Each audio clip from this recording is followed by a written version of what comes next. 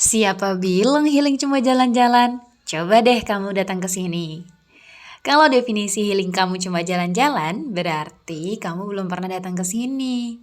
Perpustakaan. Di tengah dunia yang semakin berisik, ternyata masih ada tempat yang membuat kita benar-benar bisa mendengar isi kepala sendiri. Tempat ini nggak menjual tiket, nggak ada musik yang keras, nggak ada antrian yang panjang. Tapi anehnya, siapapun yang datang ke sini sering bawa pulang sesuatu. Bukan oleh-oleh, melainkan ide, inspirasi, bahkan semangat baru. Menurutku sih baca buku itu lebih gimana ya, kita tuh lebih bisa feel apa yang diceritain. Kan kalau HP atau lewat film kita cuma bisa ngeliat kan, tapi kalau di buku itu lebih dijelasin detail tentang gimana sih rasanya, itu jadi lebih ngefeel gitu di hati kita. Jadi baca buku ya. Tadinya kan emang mulai mau baca buku tuh cuma di rumah saja kayak kita lebih berkembang lagi lah insya Allah gitu. Apa ya, banyak buku ataupun referensi yang kita bisa gunakan, dan itu kayak memperbanyak sumber-sumber yang akan kita tuliskan di pekerjaan ataupun di tugas-tugas kita gitu kan. Ternyata banyak sekali ya manfaatnya. Kadang kita terlalu sibuk mencari tempat yang estetik, padahal ketenangan sering kali hadir di tempat yang sederhana. Di balik ribuan buku, ada ribuan cerita, ada ribuan pengalaman, dan mungkin ada jawaban atas pertanyaan yang selama ini kita cari. Perpustakaan bukan hanya tempat menyimpan buku. Perpustakaan adalah tempat menyimpan mimpi. Di sini ada anak sekolah yang sedang mengejar cita-citanya, ada mahasiswa yang sedang mengejar kelulusannya, ada orang tua yang tetap rajin ingin belajar, dan ada banyak orang yang percaya bahwa ilmu tidak mengenal usia. Penasaran seperti apa sih pendapat mereka tentang perpustakaan? Alhamdulillah sih nyaman. Kalau udah suka ya otomatis kepengen aja gitu. Kayak ya destinasi wisata selain kita ke alam kan ya ke perpus. Iya sih.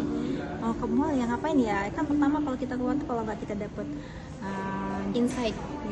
network kan, network nyari cuan atau profit. Yang ketiga ya nyari insight. Karena ada vibes yang berbeda ketika kita mengerjakan tugas di perpustakaan dibanding di rumah gitu Kak. Kalau misalnya di perpustakaan kan kita kayak ngelihat sesuatu banyak buku ataupun referensi yang kita bisa gunakan, dan itu kayak memperbanyak sumber-sumber yang akan kita tuliskan di pekerjaan ataupun di tugas-tugas kita gitu kan.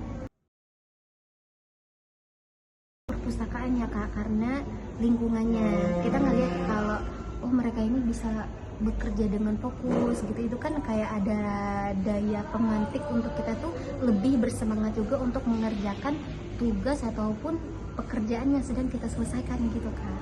Jadi karena ngelihat teman bekerja, jadi kita juga kayak ada girohnya gitu untuk menyelesaikan dengan segera. Nah, jadi baca buku ya. Luangkan waktunya walaupun sedikit pun untuk membaca buku walaupun selembar. Ya, karena kan kita mulai itu jangan langsung membaca langsung satu buku, atau dari mulai satu lembar, besoknya 2 lembar, 3 lembar, sampai seterusnya kita ketagihan gitu. Biasa ya, jadi aroma buku tuh kan kalau kita udah biasa kan jadi menyenangkan dibanding mereka pegang gadget. Mengenalkan literasi ke anaknya sedari dini gitu kan. Kayak panutan terdahulu juga tuh orang tuanya tuh juga udah menanamkan suka sama literasi itu sejak kecil. Apalagi sekarang dengan adanya media sosial, dengan adanya gadget itu terkadang anaknya tuh tantrum dan nggak mau berhenti nangisnya kalau nggak dikasih handphone gitu kan. Jadi miris dengan keadaan itu. Setiap halaman yang kita buka adalah salah satu langkah menuju cara berpikir yang luas. Dan healing terbaik bukan tentang pergi yang jauh, akan tetapi tentang menemukan ruang yang membuat pikiran kita kembali tenang. Kalau definisi healing kamu selama ini cuma jalan-jalan, mulai hari ini coba datang ke perpustakaan. Siapa tahu tempat yang selama ini kamu lewatkan justru menjadi tempat yang paling kamu butuhkan.